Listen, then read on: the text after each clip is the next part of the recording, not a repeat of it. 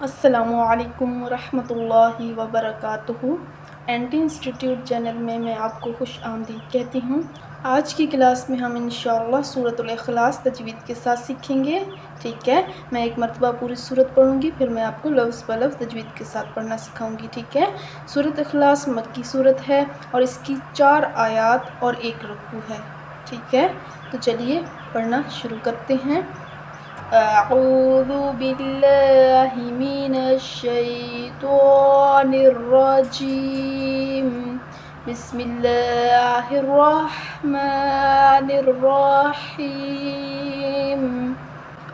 قل هو اللہ احد اللہ الصمد لم یلد ولم یولد ولم یکن لہ کفوا احد، ٹھیک ہے۔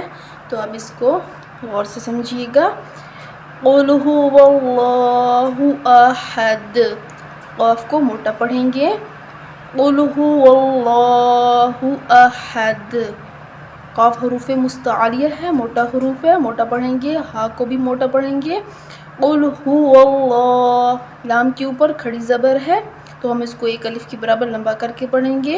ہا کے اوپر جو پیش ہے وہ حرکت ہے تو ہم حرکت کو لمبا نہیں کریں گے۔ قل هو اللہ احد، ہا یہاں باریک ہے تو ہم اس کو باریک پڑھیں گے۔ دال جب وقف کی صورت میں دال ساکن ہو جائے گی تو وہ حروف قلقلہ بن جائے گی تو ہم اس پر قلقلہ کریں گے۔ کیسے؟ دال کو ہلائیں گے۔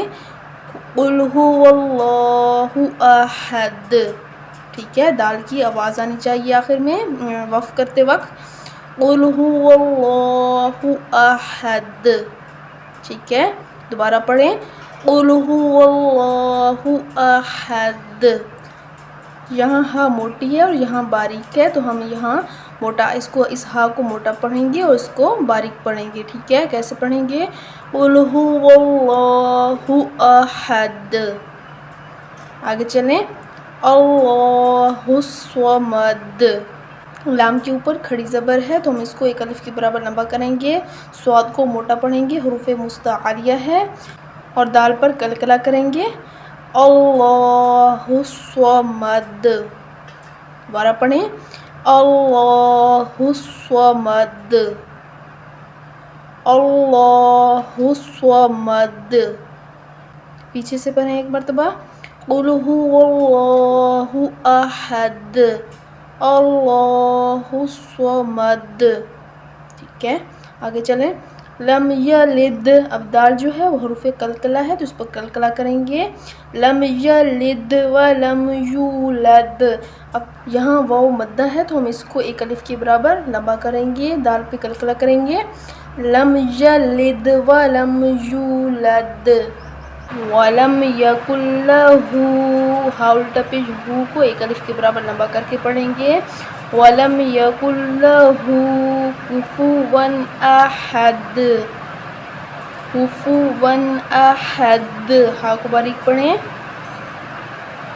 ولم یکن لہ کفوا احد، دوبارہ سے پڑھیں۔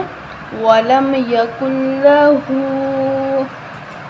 ولم یکن لہ کفوا احد، ایک مرتبہ پوری صورت میرے ساتھ پڑھیں۔